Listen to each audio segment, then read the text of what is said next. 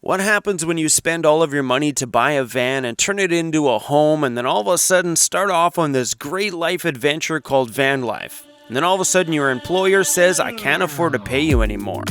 I want to introduce you guys to Dan. He's a subscriber of our channel, and that's exactly what happened to him. He started off on this big life journey, and then all of a sudden all his income went away. And today he's feeling very thankful that he built this van out to be a home, because if he was still living in an apartment and was never introduced to van life, he very well might be in a homeless shelter today. Hey, I'm Dan. I live in a can. It's also the van. I've been living in it for a year. I moved in August 2019, and it's now September, the end of September 2020. So it's been an interesting year. It took me about 8 months to build. I built it all myself, and I'll show you around.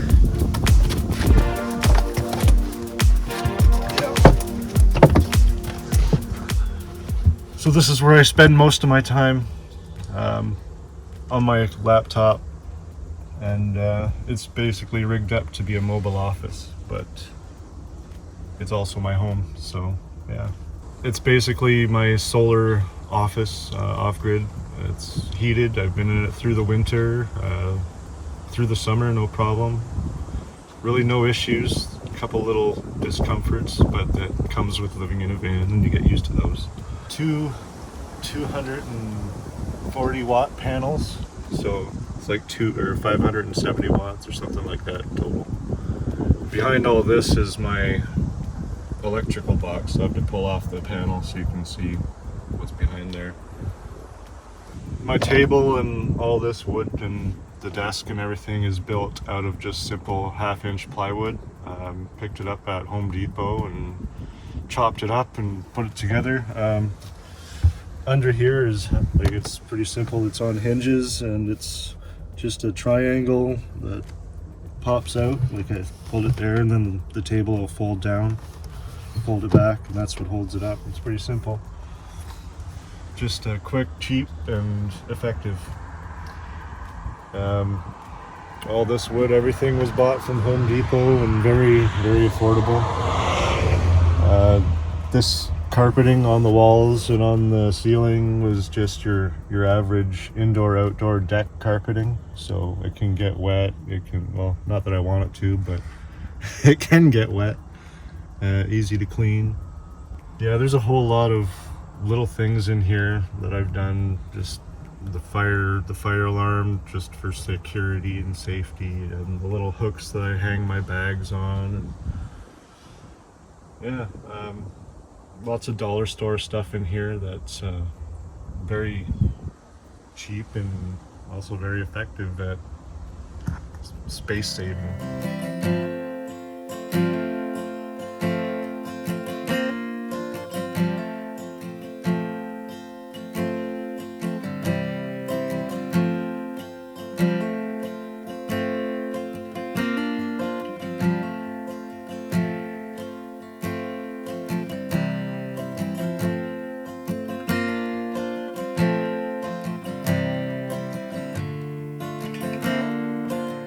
A lot of this you might recognize, some inspiration from another van somewhere.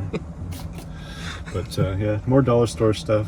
I like to keep this open just as, it's, I don't know, it opens things up, it keeps things spacious. Under here is just my junk drawer. I throw everything in there that I can't find space otherwise. So there's a lot of randomness under there.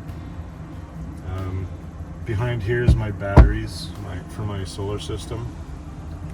We got two 200 amp hour batteries, and again, I'll have to pull this off to show you behind that, but lots of components there.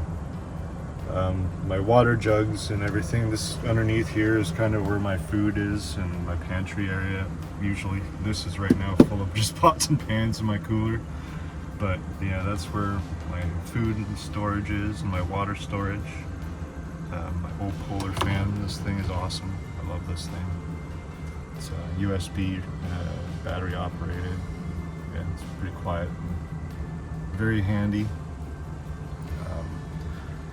My diesel heater and my heating source. I started with a buddy heater at first, but you know, and it was adequate and it kept me warm, but you know, the moisture that it kicks off in here, it becomes an issue real fast. So I switched to a diesel heater, and the difference is amazing. It's night and day, like crazy. And it's mounted all right here. Well, the controls are. Got the control port, and wires go behind here and then run down beside my door. And yeah, it's all set up, easy to turn on and off, and right at your fingertips. My lights are right here.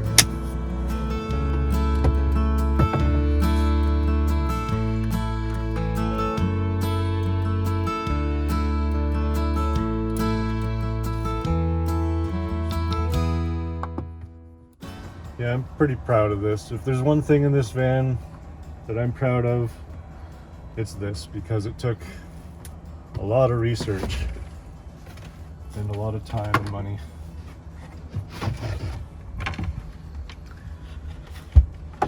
Wow. So it's a bit of a circuit board back there. So this is my Xantrex 1000 watt inverter charger. Charges my batteries through shore power. I just plug it into a plug that's underneath the counter here, an extension cord. Fuses and breakers for everything. This is the 60 amp charge controller.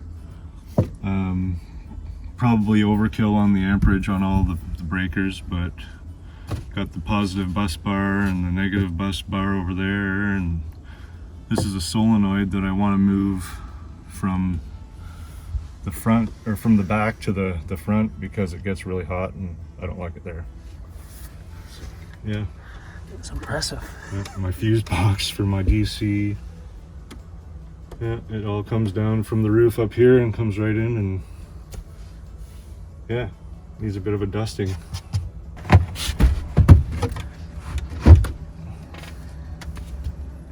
That's my power. I'm a big advocate of solar. I was excited when you finally got your solar. Yeah. I enjoy it now. It did take me a little bit to come around to it, because I drive around so much that my batteries stay charged with your from my solenoid, right? So it never really became a thing until the pandemic hit, and I sat still for 3 days, and I started to realize, oh snap, my batteries are still full. Yeah. And I didn't drive anywhere. Yeah, that's when I started to really realize how cool solar is. Yep. Right? And even in my in like shady weather and cloudy weather, these panels still pull in enough of a charge to keep my batteries charged. Sweet. So yeah, it's pretty cool. But that diesel heater is definitely my favorite purchase, because it's kept me alive. Last winter was brutal. How cold is it last winter out here? Minus 15, minus 20 most of the time. And you stayed at like a good 19, 20 degrees in here? Oh yeah, no problem. Even more. Wow. I like it warm, so I crank it up probably 20, 25. In the winter, I like to stay warm. So it's well insulated too.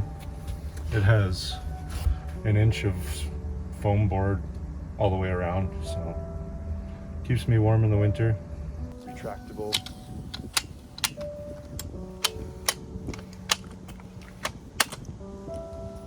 It works well. That's how I get up to take a look at my solar panels, and when I have to clean the snow off of them in the winter, or the leaves off in the fall, or wash them or whatever, then this is how I do it. And it's very compact. It fits in the van nicely. It's almost like it was made for your van. So you want to explain your situation a little bit? Because I know, it's not exactly been the easiest road. Things have been a little bit bumpy. And A little bit. I mean, it started out as, by desire. Like, I want to do van life because of, I saw Chrome's videos and I'm like, that's awesome. I want to do that. But, it's my escape. And So I went out and I got a van, and I had the just do it mentality, like don't wait, just go and do it, because if you wait then you're not going to do it. So I did it, and I started building out my van, and I had a remote job at the time. So this was basically, I started building it out to be a remote office, pretty much. And that's why I have the intense electrical system and whatnot. So, and basically it was by desire, and it turned into necessity when I was laid off from my job last year. They just weren't making the money to pay my wage anymore, so it turned into necessity really fast. And you know, it's kind of funny that if I wasn't already planning on living in a van and didn't have that mindset that I'm going to live in a van, then where would I be now? Like, if I had an apartment and I was still in my apartment, I would have lost the apartment. I would have been out on the streets or in a shelter or wherever. I wouldn't have been in an insulated van with electricity, and every need that I need is right here. So yeah, it's van life, both by desire and by necessity. It can help you out. It helped me out. I don't think I'd go back to sticks and bricks even if I could, and I'm just used to this now. This is how it is, and I'm fine with it. And once you learn to be happy with what you have, then it's easy from there. So even though I don't have the, I'm still not working yet, and that's partly on me, and I'm looking for the right position. So when I find that, I'll still be in my van, and I'll be saving my money, and I'll probably get a better van next time. So who knows where I'll be in 10 years from now, in another van somewhere, probably, hopefully a Sprinter. Dan in a big can. Yeah, Dan in a gigantic can. In a can that you could stand in. Dan in a can. Hey, that's one thing that I haven't been doing, is uploading on my YouTube channel. But people are gonna ask. I'll need to start again. I'll link the YouTube channel down below, just in case you decide to start putting out a video or two, or they can watch the ones you already do have. I have some content to make into a video, so I'll have to rig something up. Pressure's on. Yep. All right, thanks for showing us your house. Right on, thanks on. See ya. If anybody would like to get in contact with Dan, his information is in the description of this video. Dan, thanks for sharing your story with everybody and inviting us into your home. It means a lot that you share this with my community. Much respect, bro. Thanks for being a fan of our channel, and hopefully your situation has gotten a little better since the time that we filmed this video. Anyway, everybody, I'll see you guys on the next one. Thanks for watching.